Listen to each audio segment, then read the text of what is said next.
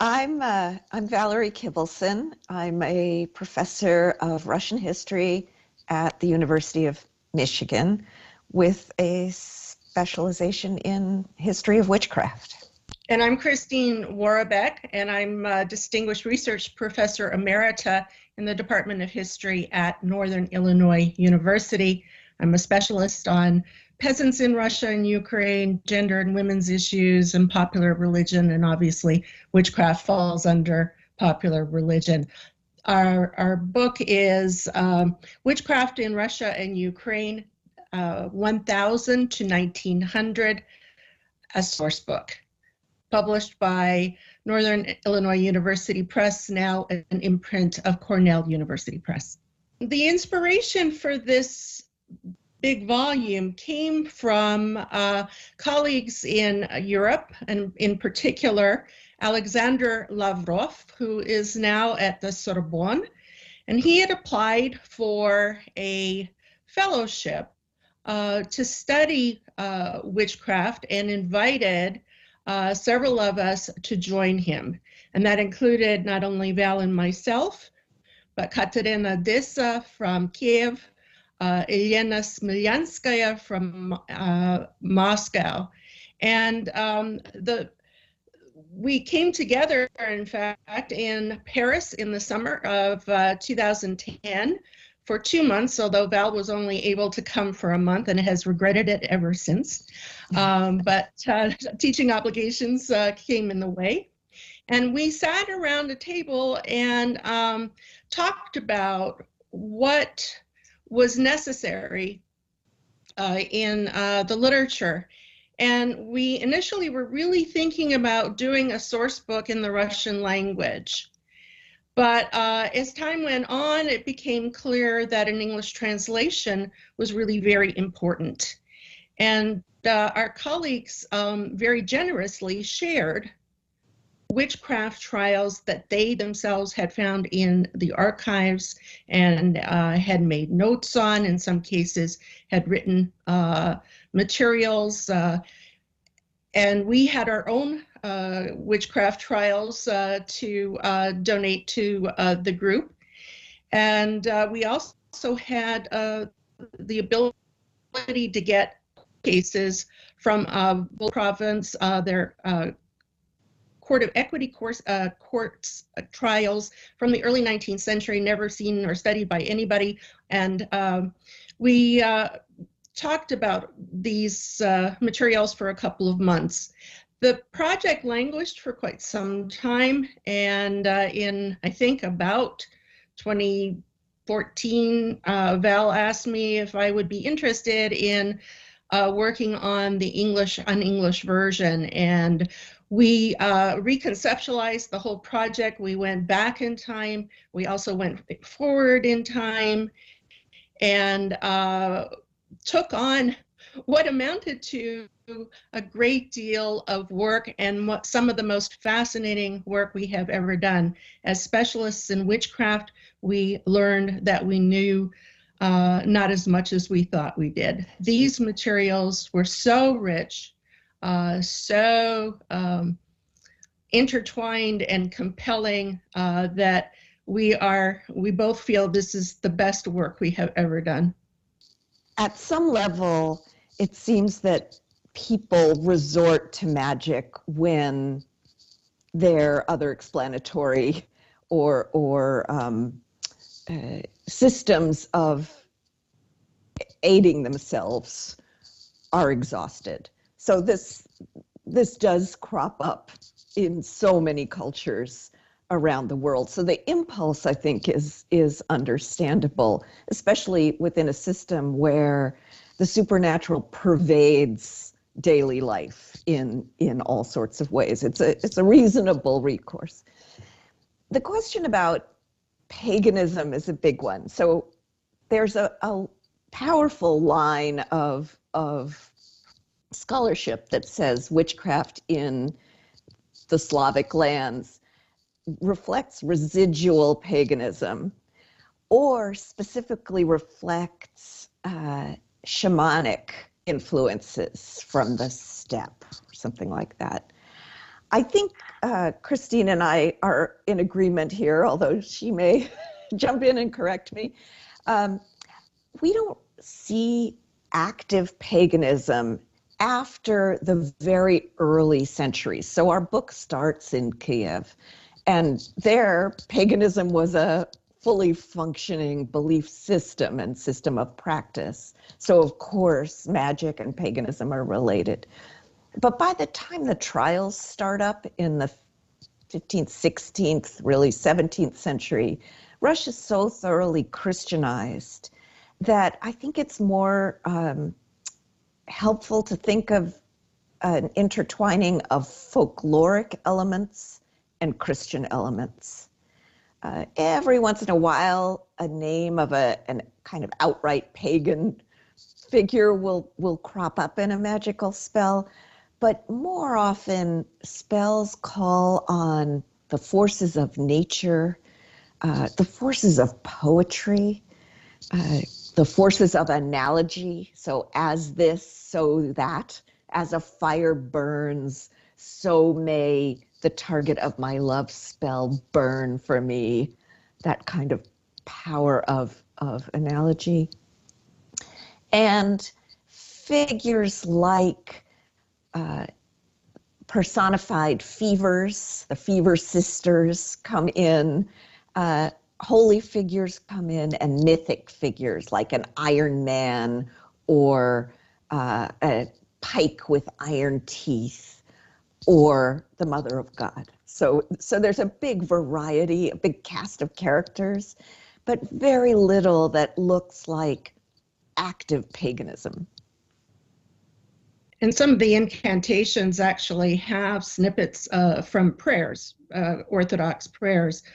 So the Christian embeddedness in this process is really there. And it really shows up in possession cases as well, where the emphasis is not so much on Satan.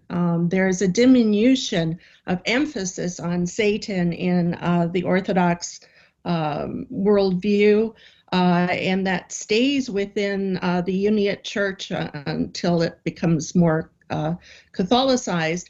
But possession is something that can come from God. It's also something that has to do with witchcraft, where witches implant numerous demons inside someone. And these are lesser demons. And particularly in the Russian cases that we have, we hear about women gave these demons names. And one, I remember one is called the Joker. Another one is called Plaxievi, or a weeper. They had these playful names and sometimes more terrifying names for these demons. But exorcism through prayer and priests was certainly part of the order in the 17th century, at least. The Petrova Mohyla service book is infamous for its inclusion of exorcism prayers. And although that service book was used in Muscovy, it is banned in the early 18th century, but priests are still using it. So the Christian element is certainly very powerful, but the church is not the interrogator in most cases of witchcraft. It's the secular authorities in both Russia and Ukraine. Well, we start the collection with passages from the Chronicle, the tale of bygone years, or the primary chronicle. And those document cases of what they call sorcery from the very beginning of the historical tale. So what's the first? Well, the first instances that we have are from about the year 1000. Maybe a little earlier. But clearly there was an active pagan religion or practice that involved some people called sorcerers or Valkyrie, magi.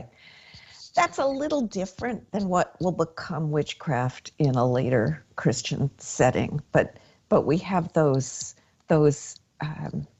references, sometimes very straightforward. In the period before Christianization, there's no particular judgment of the fact that these people are sorcerers, and then after Christianization they're condemned. And condemned, interestingly, especially in the material from Novgorod, the condemnations are a little ambiguous. There's kind of a poking fun at these people for thinking that they're magicians. So there's an element of skepticism in some of the very early references that then will disappear in this earnest fear of and belief in magic. First of all, we have to consider the fact that these Eastern lands were not unusual in having beliefs in witchcraft and sorcery, and this includes divination. It includes all sorts of charms for good and for bad, and it's often in the eye of the beholder whether it's good or bad. And so, for example, if you're an official and a subject is saying a incantation to diminish your authority so that you as a judge are nice to the defendant, for example, then you would find that problematic, right? And so, but you have in a pre-modern medicine system, or culture, I should say, people with everyday practices and objects are practicing magic of one type or another. They're using grasses, they're using herbs, they're making teas, what we sometimes call potions. But in our Eastern lands, we're not using pieces of toads and other reptiles, generally speaking, but grasses, herbs, these infusions, footprints, sweat, things that are part of the body. And often they're dealing with trying to cure fevers, trying to cure various ailments, but they believe that by using incantations, that the incantations, the invocations make the healing process stronger or the love charm stronger. And you're dealing with people who, like us, are dealing with stresses of one type or another. Plague, drought. Now, plague comes a bit later. It's really in the Eastern lands, more 18th century. But other epidemics, everyday illnesses, they want someone to love them. They want someone to treat them kindly. In the 17th century, as you see the development of serfdom and unequal relationships, hierarchical relationships in these lands, then people are resorting to a variety of things. As in Western Europe, the use of these home recipes, home brews, lasts into the 20th century. It's not that unusual. And you'll find that laws about witchcraft remain on the books until some point in the 20th century. But things do change. You don't have the prosecution of witchcraft in the Imperial Russia case in the period after emancipation. After 1861, a witch is not going to be tried in the courts. And it is the diminution of prosecution that then allows people on the ground to sort of settle their own quarrels and so on. And sometimes they resort to extralegal judgment, and that could involve murdering someone they suspect of being a sorcerer or a witch, and those people will end up in the courts. I just wanted to add to that well, first of all, there are some spectacular cases that use toads and frogs and lizards and chicken eyes, and so the run of the mill, the standard practice is very mundane and kind of cozy, but there are these great cases. But in terms of the duration, the durability of belief, it doesn't just go to 1900. You look on the internet today, there's a lively world of spells and occultism, which interestingly tends to be pretty eclectic. So there'll be Russian spells alongside some kind of almost orientalizing pull on various kinds of mysticisms and so forth. But it's certainly not unique to the Slavic world. So I wouldn't want to make it sound like there's a backwardness or something like that. You look on the internet anywhere in the world, there's an attraction to mystical belief and magical hope, I think. Magic offers hope in situations where there isn't a lot of hope. So I think that may explain its durability. Through most of the history that we track, there aren't laws explicitly directed at witchcraft. So it took a lot of work to figure out which codes might be applied and where was witchcraft implied. So Christine did a lot of work on loyalty oaths, which aren't exactly laws, but they're prescriptive documents that say, swear that you won't do this and that. And it turns out in her close reading, I'm taking your line here, but fear of witchcraft being deployed against the Tsar and his family was persistent, and it was a real focus. So we pull that out and situate that among other laws and prohibitions, both secular and religious. So if there's a book, it's ours. It's our section on the laws that really put those together for the first time. And then in addition to laws, and we had to, we started with Yaroslav the Wise in the 12th century, and there are references here and there. There are things like penitential records, and priests in the Orthodox rite would ask penitents, have you ever have you summoned a witch? Have you used the services of a witch? Have you yourself given someone a dangerous potion?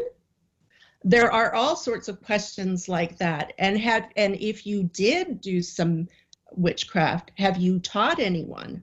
And of course, the trial records themselves are obsessed with have you practiced witchcraft? Have you sought a witch or sorcerer? If you have practiced it, who taught you? And have you taught anyone? Now, that comes in the trial materials. Most of the trial materials are archivally based. There are some exceptions because of the work of Antonovich in the 19th century, Novombersky a bit later, pulling together witchcraft trials from Ukraine and Muscovy. But we also have a lot of virgin, so-called archival documents. And what we've done in this source book is to provide two types of trials in terms of our methodology. One is to provide, for the first time, complete trials. In other words, from the point at which someone is accused to the point at which a court makes a decision, although sometimes we don't have the decision. That might be missing. but we wanted it to give a flavor of what these trials were all about. And the major trials are 17th and 18th centuries. In addition to which, we've taken snippets of trials and organized them according to types of magic.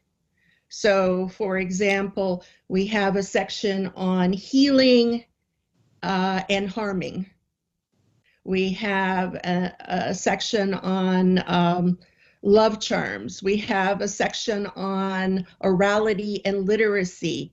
A lot of this lore is of an oral tradition, but some of it is being written down, particularly by clerics, which is not unusual in terms of Western Europe. But we also have travelers within Muscovy who tend to be men, and they will be carrying these incantations with them. The courts often burned them because they believed in the power of these charms and incantations. So finding remnants of these things is harder, but we do have lots of examples. And so we have I don't know, we're something like 51 court cases, something like that we've got samples of. After those early fragments from the chronicles, we jump really to the 16th century, when witchcraft is a preoccupation at court, especially the court of Ivan the Terrible in Moscow.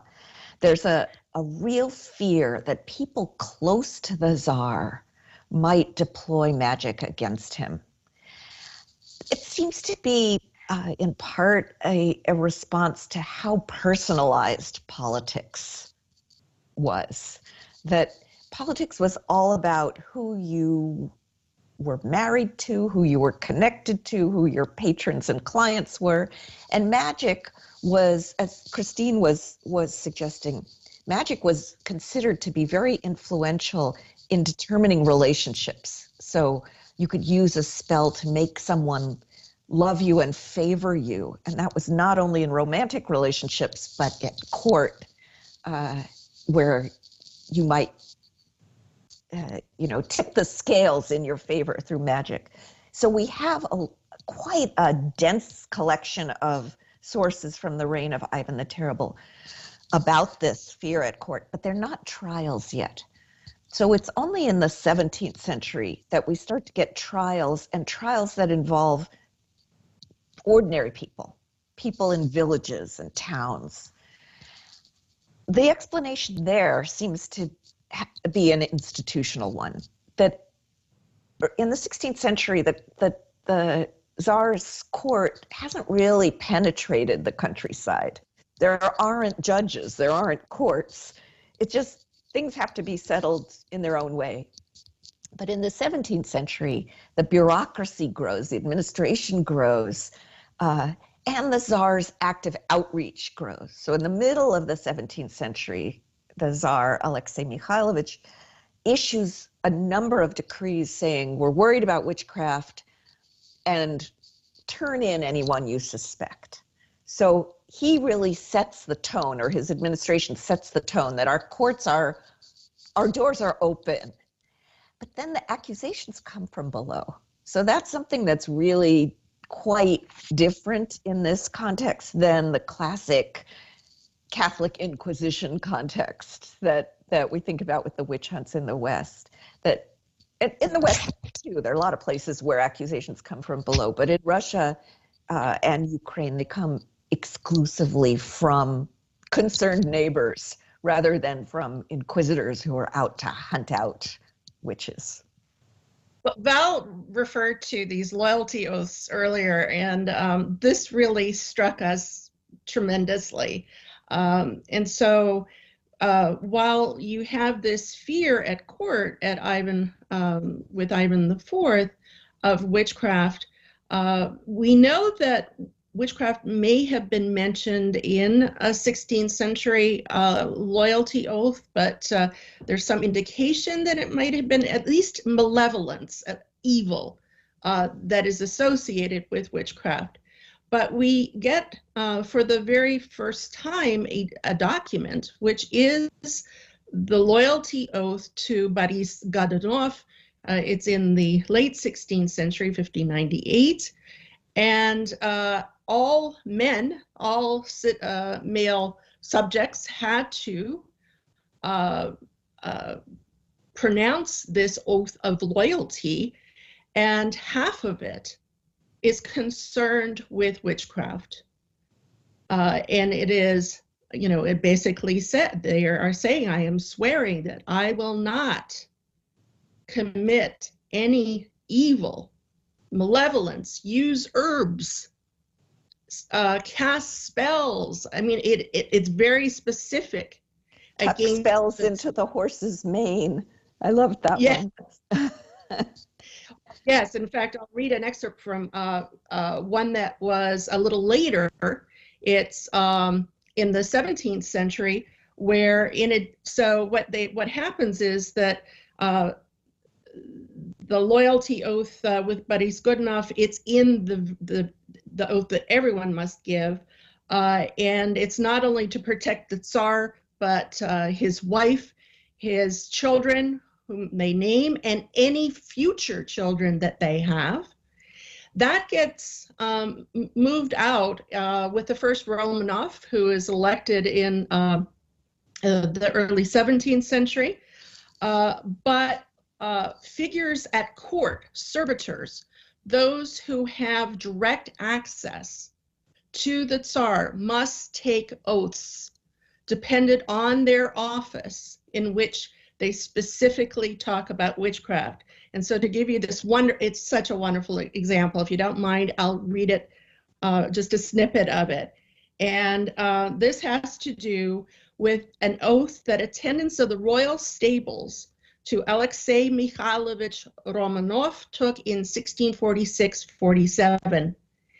And it's, quote, by this kiss of the cross, I am bound to protect the health of the sovereign Tsar and Grand Prince Alexei Mikhailovich of all Russia in all circumstances, and not to put noxious herbs or roots in the sovereign's saddles, bridles, strips of felt, gloves, riding crops, fringe, and other decorations for a horse's mane and mask, carriages, sleighs, the felt pieces in the sleigh, the carpet and chamber pot, and all of the sovereign's various pieces of stable and equestrian attire, the argamaks, a special kind of horse, horses, geldings, and amblers, manes or tails, or order anyone from the stable ranks or anyone else to do so.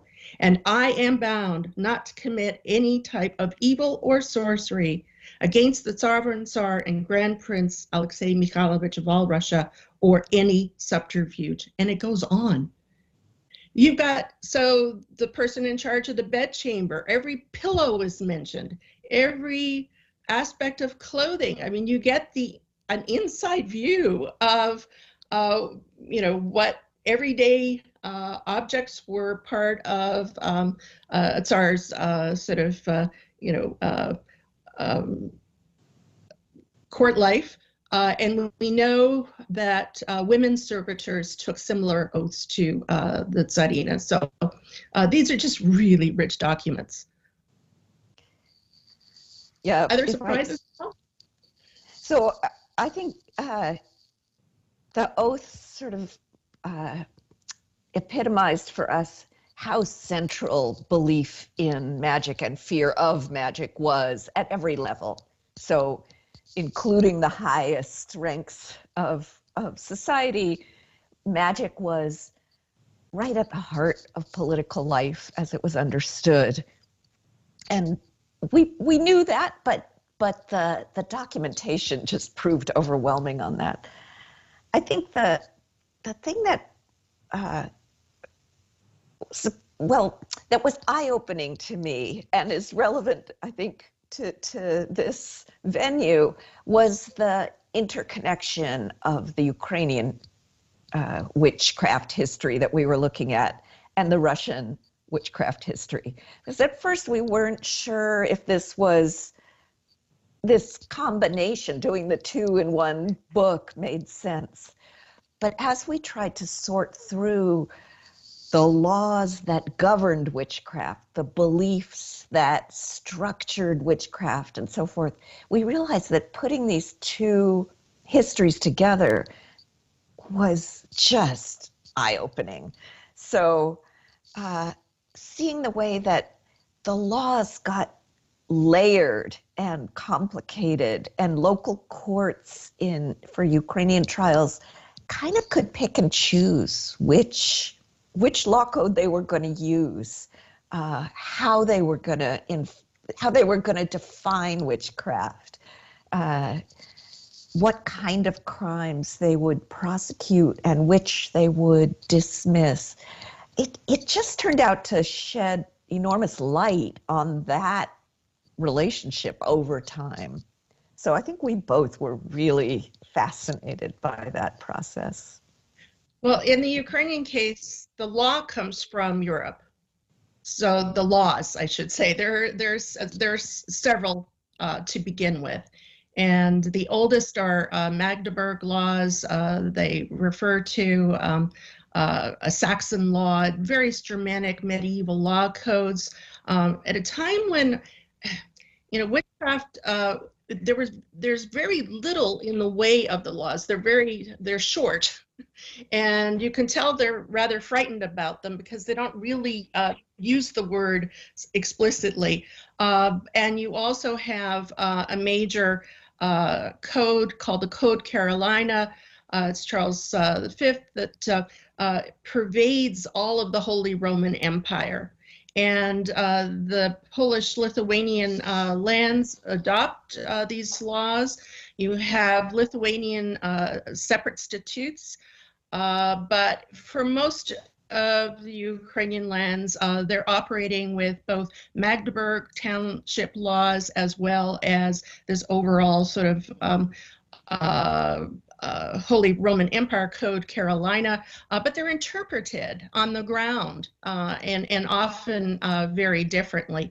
Most of the magic is fairly prosaic. It's between individuals. You don't see as much in the way of power relationships. But as a fascinating case, we had Prince Kurbsky, who in the 16th century had been a major servitor of Ivan the Terrible, leaves Ivan's services and flees. And he is obviously Orthodox. He accuses Ivan the Fourth of all sorts of witchcraft, and within an Orthodox Lithuania marries a very prominent noblewoman, and they end up divorcing or trying to divorce. And he decides that he's going to throw in an accusation of witchcraft against his wife as a way to unbind himself from this very prominent woman with lots of land. And the accusation of sorcery does not hurt her at all. And it only comes up in a short set of passages, but it's interesting that he hurls that.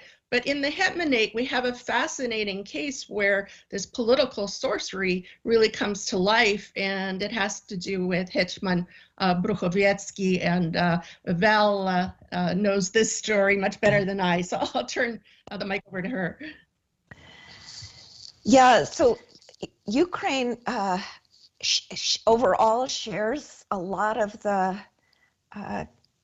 characteristics of Western trials, especially Polish, that they draw on Polish versions of witchcraft law and so forth, as well as the Lithuanian statute. In Ukraine, the majority of those accused are women, whereas in Russia, until the 19th century, the majority is made up of men. So that's a big difference. Both Ukraine and Russia have relatively low execution rates, so that's a commonality. So we can fine-tune the differences, but this Bryukhovetsky case is absolutely fascinating because it really exemplifies Ukraine's position with one foot in each of these witchcraft cultures. So Hetman Bryukhovetsky, we get a denunciation of him by one of his adjutants, who says the Hetman unilaterally, without checking with the Tsar, this is after incorporation into Muscovy, burned a number of female witches at the stake. And the reason he did it was he and his wife both got sick, and his wife, who was pregnant, lost her baby. And when they arrested the so-called witches, animals, vermin, rats and mice were seen running out of their houses. So this case, it's completely unique among Muscovite cases in this collection of women, the charge of causing the loss of a baby, and especially the presence of what look like familiars, these little animal spirits that were supposed, imagined to serve witches in European lore. So Bryukhovetsky apparently has imbibed Catholic mythology, Catholicized mythology of witchcraft. He's taken this unilateral action and he's getting reported to a Muscovite legal system. We don't know what happened to him. We don't know if he gets reprimanded for acting on his own authority or not, but it's clear evidence that he's embroiled in both of these worlds. So we just think it's a terrific case. It's only a few lines. The case is only about 5 lines long, but it contains all of this richness. Sorry. And there are a few other differences, I should say. Your initial question had some similarities and differences between Russian and Ukrainian witchcraft. There are some things that really stand out in the Ukrainian case. One of them, because it's predominantly, the witches and sorcerers are predominantly women, we think probably around 80%. This is more common and similar to Western Europe. But these women are not sexualized as they are in Western Europe. But because of women's being the focus of trials, we also see milk magic is being very predominant. And this is true also of other Polish areas, but all households to cows, women milk the cows, but if a cow goes dry, which sometimes happened, how do you explain it? Is it the jealousy of the next door neighbor who has sucked that cow dry for her own purposes and to of some sort of crime or some sort of action on the part of a neighbor? So milk magic does not appear in the Russian cases, and yet we know that cows were part of the possession of common folk. There is also there are references to knotted grain stalk, at least 18th century Ukrainian witchcraft cases, and there ethnographic evidence that suggests that if you wanted to cause someone a problem, one way was to attack one of the most precious subsistence items, and that is grain, by night. And sending and casting a spell on it. We actually have a case, a Ukrainian case from the mid-18th century, to unwitch the knots. In other words, take the spell off the knots and remove the stalks from the grain field so that individuals cannot get sick. And she says, I think this is really dangerous activity. But she becomes an sort of unwitcher, and this is rather fascinating. We have to remember drought is really a problem in areas of Ukraine. And in the 17th century, Europe was experiencing something that we call a mini ice age, which doesn't mean that there were everywhere.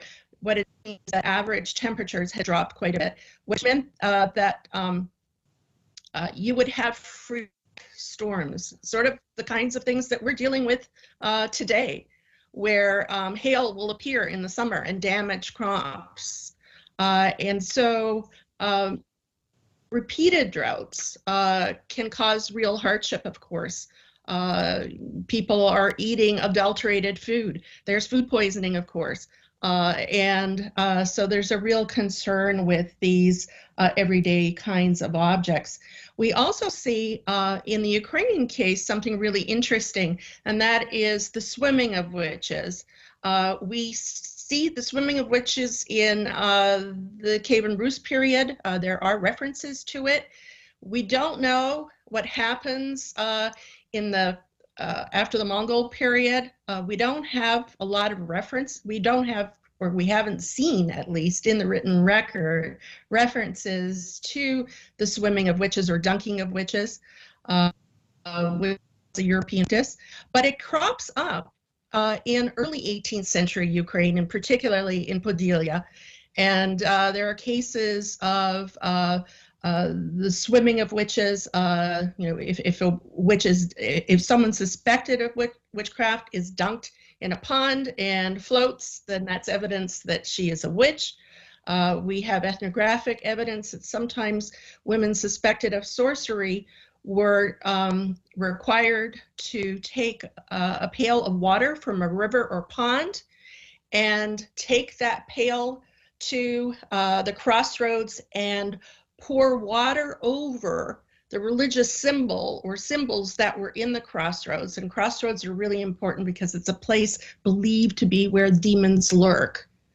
And if a suspected witch or sorcerer spilled any water on the way, then that was proof that she was a witch, because basically she's responsible for the drought.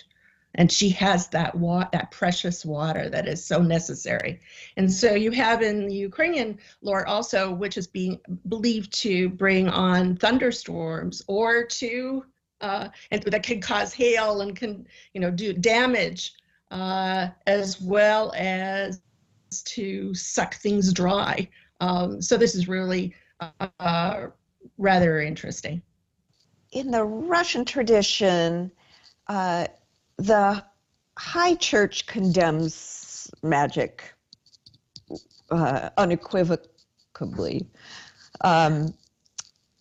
There's a sermon, I think it's Serapion, I think it's 14th century, where he says, don't believe in witchcraft and magic because it's silly. It doesn't work. It's not God's power, so it can't work. I think that's the only document I know that expresses that point of view. Generally, it's condemned and believed at the same time. So as Christine was saying, authorities, both ecclesiastical and secular, are actively afraid of magic and witchcraft, and so they'll often hesitate to copy a spell, for instance, into the transcript of a trial. They'll say, he told us his spell, but I dare not write it down. Luckily, we do have some, so we have the actual texts of quite a lot of spells. And our colleague in Moscow, Andrei Taparkov, has published a lot of these, so that was a big help for us. So the official stance is, this is bad, this is demonic or devilish. That term is often associated with it in religious condemnations. In the law, there's a lot of ambivalence about whether witchcraft is a secular crime of causing harm through supernatural means. So, murdering people or harming children or that kind of thing. Or is it a spiritual crime? And we have evidence that sometimes it was conceived one way and sometimes it was conceived another way. So condemned as bad, as demonic, as harmful. But a lot of our cases, and Christine kind of alluded to this earlier, involve priests who were engaging in magic and witchcraft. So this is a low literacy society. Among the most literate group, of course, are the clergy. And many of the spells that we have were written by clerics, by priests, or members of the religious establishment. So you could talk one line and practice another, apparently.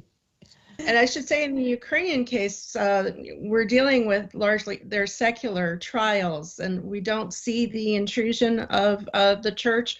There is certainly Polish Catholic polemics that are very much like Western Catholic polemics about witches' orgies and Sabbaths and how all this is very dangerous, but we don't see that playing it on the ground. The one instance where we actually have a religious theme running through the case, and I was just checking the date of it. It's from the Polish-Lithuanian Commonwealth, and it deals with, and it's a 1710 case.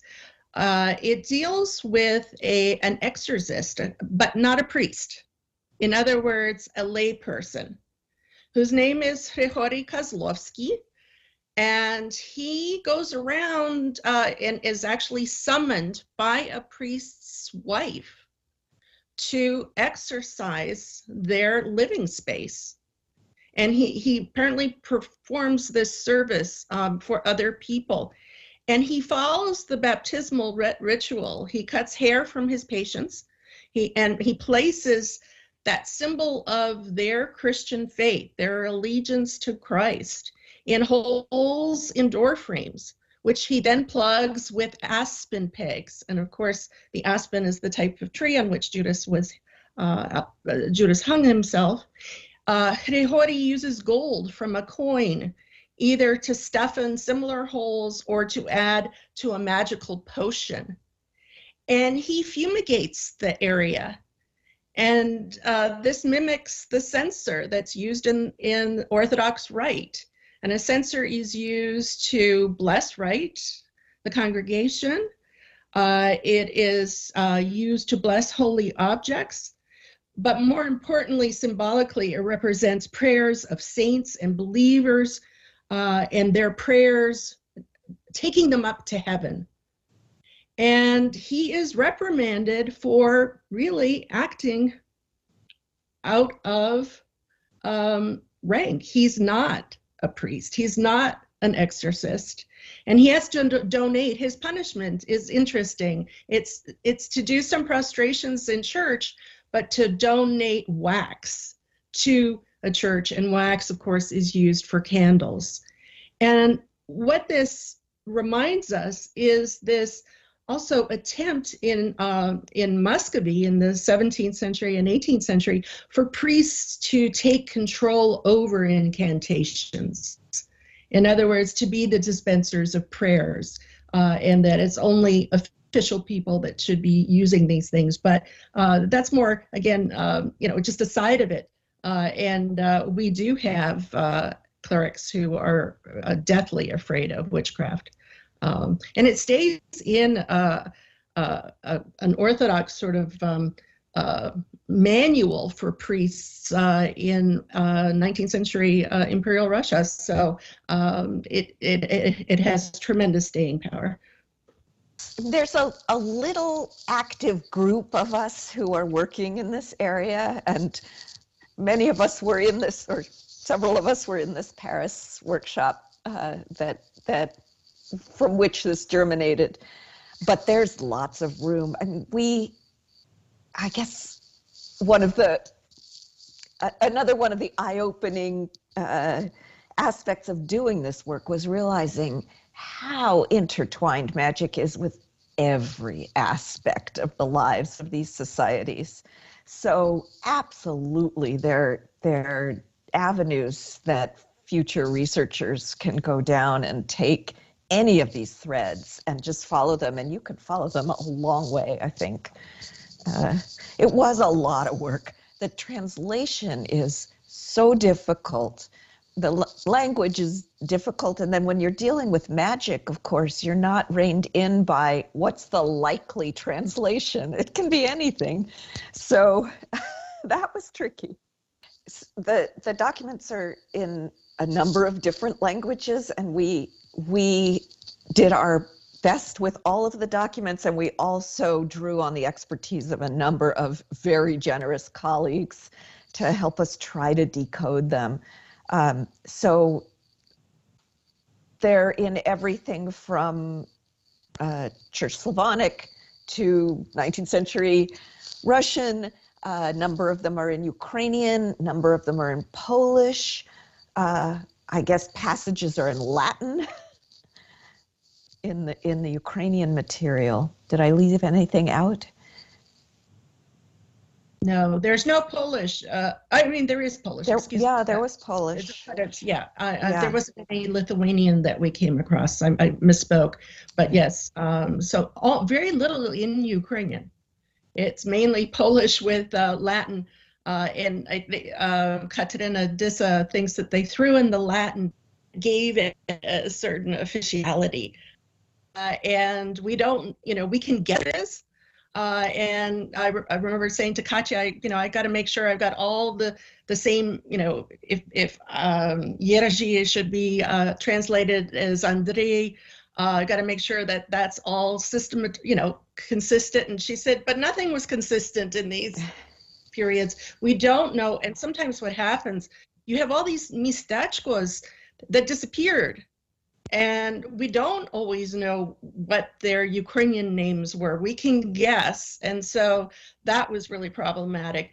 But also in many of these cases, you've got dialects coming in, particularly in the Muscovite and Russian cases, where we were using it's now a dictionary that's over 40 volumes of dialectical Russian that was put together or printed in 1911.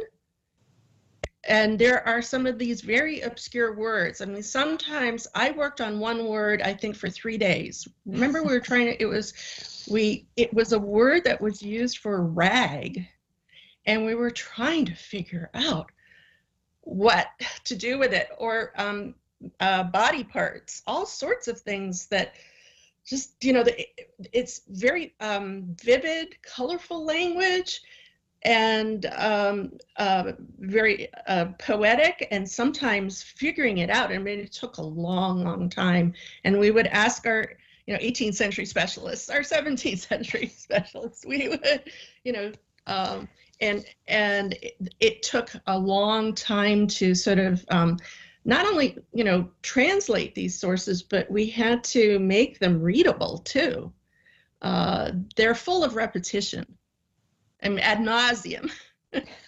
And, how to pare them down, how to take out verbosity and so on. And so these texts have been worked over, I don't know, 40 times each, something like that. I mean, they've really just, we've had to, sort of make them accessible to students as well as specialists. What is really striking in the Russian case is that the majority of people accused of witchcraft and convicted of witchcraft until the 19th century is male. So it is exactly the reverse of statistical findings across the rest of Europe and Ukraine, and completely contradictory to our expectations of who would be a witch. So Russia's really an outlier. It's not unique in this. There are pockets in Europe and elsewhere where men are the majority.